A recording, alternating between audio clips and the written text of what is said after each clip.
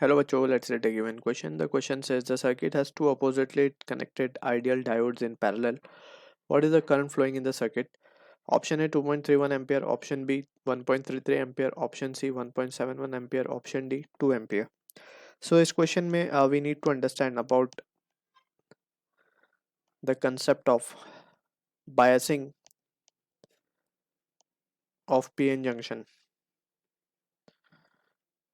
ठीक है, तो अगर हम बात करें बायसिंग की, सो व्हेन सबसे पहले तो हम पीएन जंक्शन डायोड बना लेते हैं. उसका symbolic representation we are showing over here. So this is P side and this is N side. So when P side is connected to positive terminal of battery या फिर higher potential इसको हम कह सकते हैं, and N side is connected to a negative terminal of battery या फिर lower potential इसको we can see. तो this will be the case जहाँ पे हम कह सकते हैं कि the junction is or the diode is forward biased. And forward bias में वी हैव स्टडीड के जो डिप्लीशन लेयर होता है वहाँ पे it is very thin and current flows in the circuit. ठीक है, but in the case of reverse biased जो पी साइड होगा वो नेगेटिव टर्मिनल ऑफ बैटरी से कनेक्टेड होता है या फिर लोअर पोटेंशियल हम इसे कह देंगे.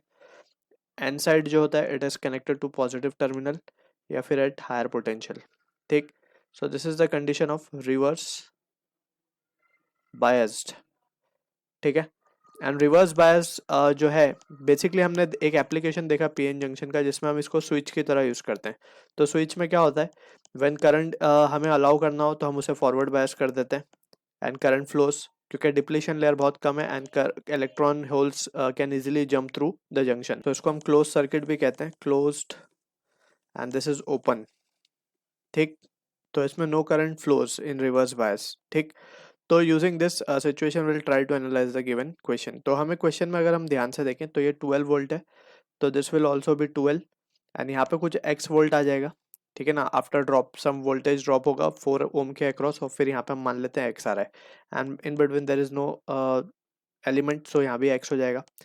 ये पोटेंशियल को जीरो मान लिया तो ये भी जीरो एंड ये भी जीरो.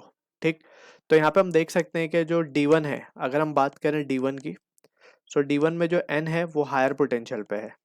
ठीक है ना, D1 में जो एन साइड है, N side is at higher potential. ठीक है, अगर ये हायर पोटेंशियल पे है तो दैट मीन्स ये रिवर्स बायस्ड हो गया, रिवर्स बायस्ड. एंड यहाँ से कोई सर्किट में करंट फ्लो नहीं होगा in this section, no current flow, जब इसे हम ओपन सर्किट कहते हैं. ठीक, तो ये सेक्शन में करंट फ्लो नहीं होगा. अगर हम D2 की बात करें तो D2 में जो डायोड D2 है उसमें जो पॉजिटिव जो नेगेटिव साइड है, सॉरी जो पॉजिटिव साइड है वो हायर पोटेंशियल पे, तो इसमें करंट फ्लो होगा. सो बेसिकली ये सर्किट डायग्राम को हम कुछ इस तरीके से अब रीड्रॉ कर सकते हैं.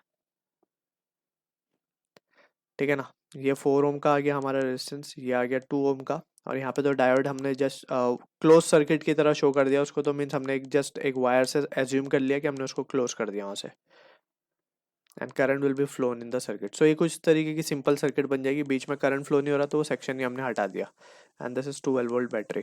तो अब ये सिंपल सीरीज कॉम्बिनेशन की सर्किट बन गई. तो इसमें अगर हमें करंट चाहिए होगा by ohm's law, what we can write is V by are.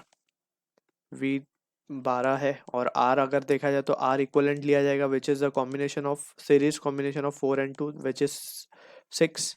So 12 by 6 and that is giving us the answer as 2 ampere. So this is the answer to the question जो कि match हो रहा है हमारा option D के साथ. I hope you understood the solution. All the best.